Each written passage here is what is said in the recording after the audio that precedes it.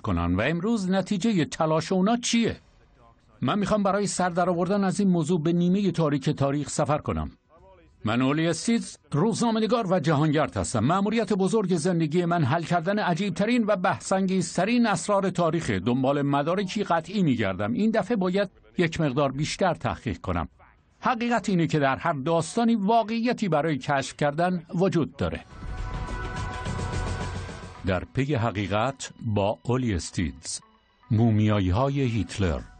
جستجوی من از اینجا آغاز میشه. قلعه وولسبورگ در آلمان. چرا که نازی‌ها در پشت این دیوارهای باستانی سعی در بازنویسی تاریخ داشتند. میخوام به کشف داستانی بازگو نشده برم. داستان استفاده نازی‌ها از مومیایی‌ها و جمجمه‌ها برای تایید تئوری‌های نژاد پرستانشون که منجر به مرگ میلیون‌ها نفر شد. تئوری که هنوز هم بین عده‌ای رایجه.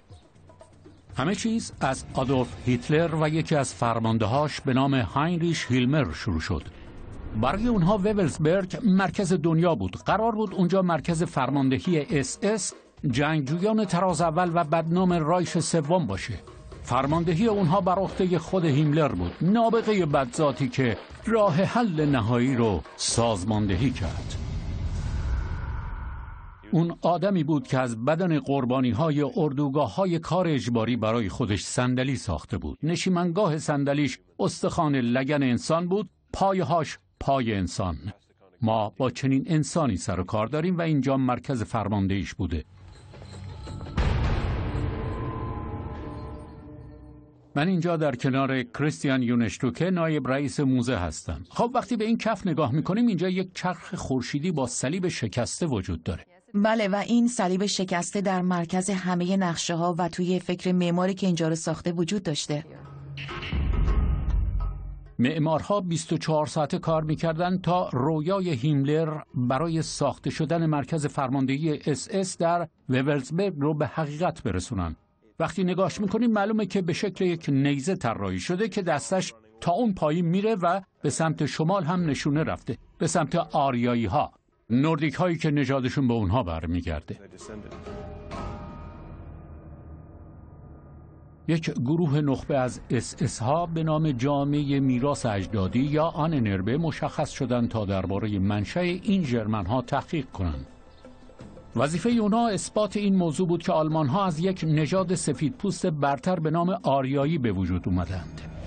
انسان ها به 3 طبقه تقسیم می شدند: آفرینندگان بلوند آریایی، حاملین هند و اروپایی ها و آسیایی ها که می تونستند از جامعه محافظت کنند اما تفکرات اصیلی نداشتند، جانوران موذی مثل یهودی ها و کولی ها که باید نابود می شدند. هیتلر و هیملر معتقد بودند که تقریباً 10,000 سال پیش فقط آریایی ها زندگی می کردند و نقششون هم این بود که دوباره ساکنین دنیا فقط آریایی باشند، اما این بار از طریق گزینش و خونریزی توسط SS ها. بسیاری از دانشگاهیان برتر آلمانی برای پیوستن به آننربه با هم رقابت می کردند و همه به افسران رده بالای SS تبدیل شدند. این یک مجموعه حیرت انگیزه که توی این قلعه سالم مونده و هر کدومشون یک قصه درباره SS به ما میگه. به این میگن حلقه مرگ، درسته؟ حلقه مرگ جمجمه نشان. حلقه مرگ جمجمه نشان. نگاه کن، و یک خنجر متعلق به SS هاست و روش حکاکی شده افتخار من، وفاداری منه. متعلق به SS هاست و روش حکاکی شده افتخار من، وفاداری منه. خب این خیلی جالبه، مخصوصا برای تحقیق ما که داریم سعی میکنیم نقش اون دانشمندا رو توی SS بفهمیم، چون یکی از کتاباشونه، درسته؟ بله. آلمانی ها. این ماهنامه‌ای که آننربه منتشر میکرده. این حس اعتماد رو به آدم میده چون توسط جامعه دانشگاهی باستانشناسا و مورخین منتشر شده اما مطالبش واقعیت نداشته. این کار تحریف تاریخ بوده برای اینکه با یک نظریه مشخص که زمانی آریایی ها بر دنیا تسلط داشتن تطابق پیدا کنه. خب اینجا کجاست؟ خب به اینجا میگن سرداب SS. پس اینجا جاییه که SS به مرده‌هاش ادای احترام میکرده.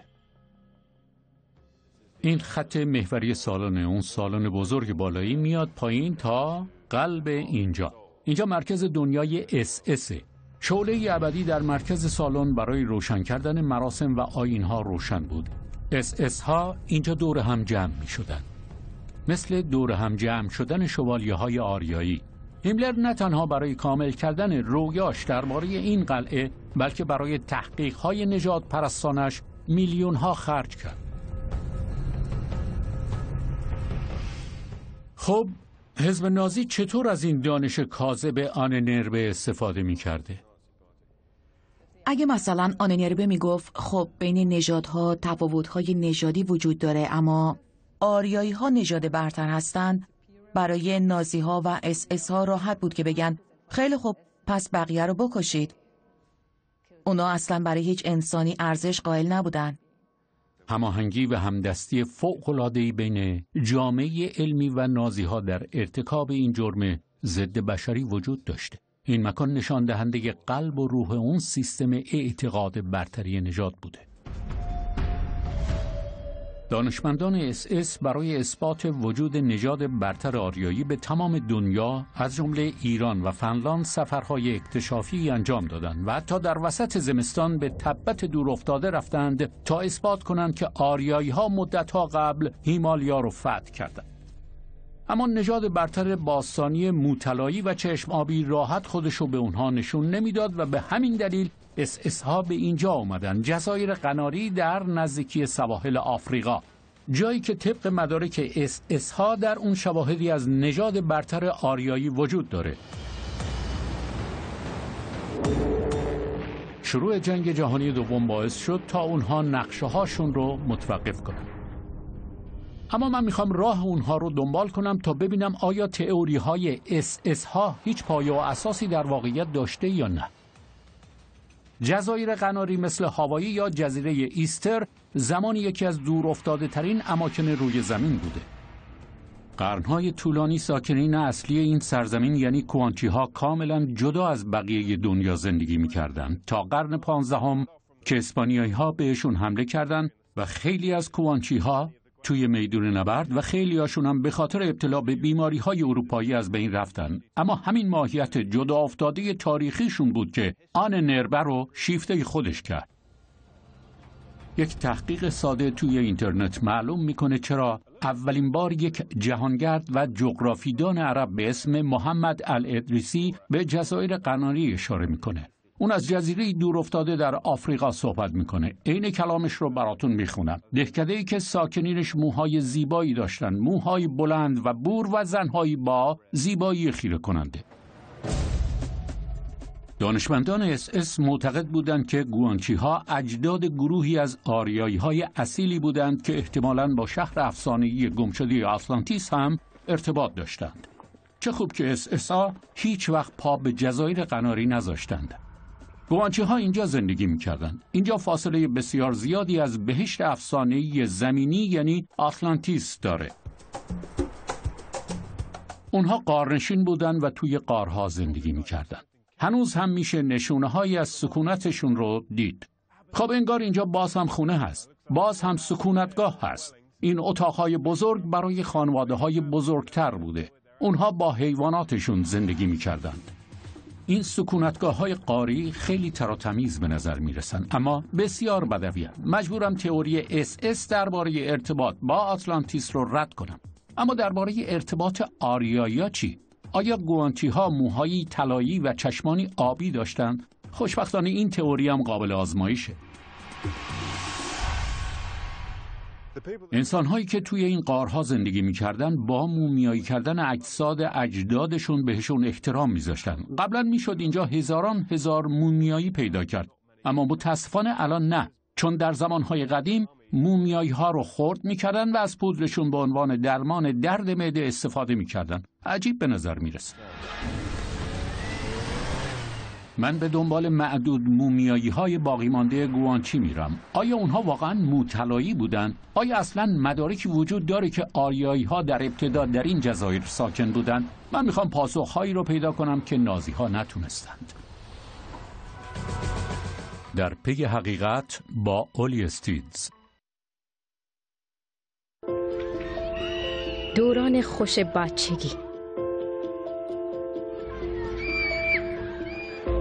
پدران و مادران مهربان، رازهای تکان دهنده. All families have secrets. My husband had insider knowledge of 9/11. I lied about having cancer. I found out my entire life had been a lie. خشونت، سوء استفاده، دروغ، خیانت. فضایل قناری به دنبال مومیایی‌های موبوری می‌گردم که نازی‌ها معتقد بودند نشانه وجود نژاد برتر آریایی هستند. تعداد کمی از اونها هنوز در موزه‌ها وجود دارند. حالا من به همون جا میرم، به بزرگترین موزه جزایر قناری. ناگهان مردمی که در اون غارها زندگی می‌کردند در برزخی بین مرگ و زندگی زنده میشن. من افسون شدم، اما یک باره به یاد مأموریتی که در دست دارم میفتم. موهای طلایی. به نظر نمیرسه که این مومیایی‌ها موی طلایی داشته باشن. در واقع به نظر میرسه بیشترشون اصلا هیچ مویی ندارن. من در موزه طبیعت انسان و در کنار کنرادو رودریگز مارتین هستم، مردم شناس و پزشک. خب پروفسور، بریم سر اصل مطلب. آیا هیچ مومیایی از گوانچی ها وجود داره که موی بور داشته باشه؟ نه، من تا حالا ندیدم، در حالی که من مومیایی های گوانچی زیادی در اقصا نقاط دنیا دیدم. تو مادرید و کمبریج انگلستان هم مومیایی های گوانچی وجود داره. هیچ کدوم موی طلایی دارن؟ نه، اونها موهای قهوه‌ای و قهوه‌ای روشن داشتن، اما بلوند واقعی؟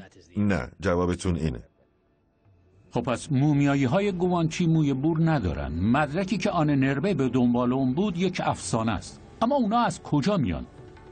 دی ان ای اونا چی نشون میده؟ کد ژنتیکی اونا چیه؟ خب مشخص شده که گوانچی ها با انسان‌های شمال آفریقا یعنی بربرها مرتبط بودن. بنابراین اصلیت گوانچی ها از بربرهای شمال آفریقا بوده که به خاطر تاخت و تاز و موج فتوحات از شرق کم کم به غرب رانده شدند. اما آیا باز هم ممکنه آریایی باشند؟ آیا مدارکی وجود داره که بتونه این ساکنین بومی جزایر قناری رو با قبیله های ژرمن باستانی شمال اروپا مرتبط کنه؟ نه. اصلا یعنی یه جنون و دیوانگی کامله؟ کاملا احمقانه است. اونها بومی هن و متعلق به شمال آفریقا. اما نازی‌ها فقط به مومیایی‌های گوانچی چشم نداشتند، به دنبال هر مومیایی یا هر نوع مصنوعاتی به درد بخور بودند. بنابراین هدف بعدی من تعدادی مومیایی که در دوره نازی‌ها ناپدید شدند و اخیراً دوباره پیدا شدند. با چیزهایی که من الان میدونم حتما باید به سراغش برم. با آلمان برمیگردم و به جایی میرم که این 20 جسد دوباره کشف شدند. من باید در جستجوی مومیایی‌های هیتلر باشم. اخیراً چیزهای عجیبی درباره ناپدید شدن 20 مومیای باستانی شنیدم. بنابراین به منهایم آلمان اومدم، چون در دوره نازی‌ها مومیایی‌های همینجا و توی یک گاو صندوق بانک مخصوص نگهداری می‌شدند. آیا ممکنه پای SS و آن نربه وسط بوده باشه؟ احتمالات زیادن، اما ارزش دنبال کردن داره. موزه رایس انگلهورن سالن نمایش جدیدی تأسیس کرد. اما اون طرف خیابان ساختمان یک بانک قدیمی وجود داره که موزه اون رو تبدیل به دفاتر اداری و انبار خودش کرده.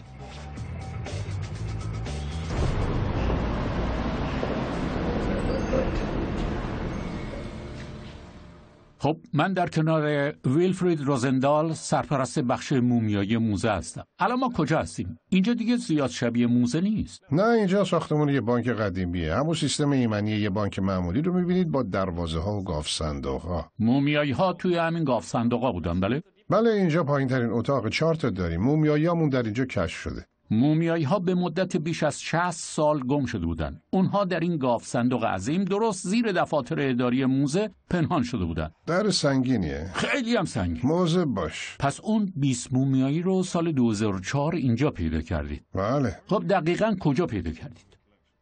اگه میتونستی به پری بری اون گوشه، دقیقاً اونجا بود. اما حالا اونجا پره. اینجا هیچ قفسه‌ای نبود. اتاق پر از جعبه بود. ما همینطور جعبه‌ای رو که توشون مومیایی بود و پشت هم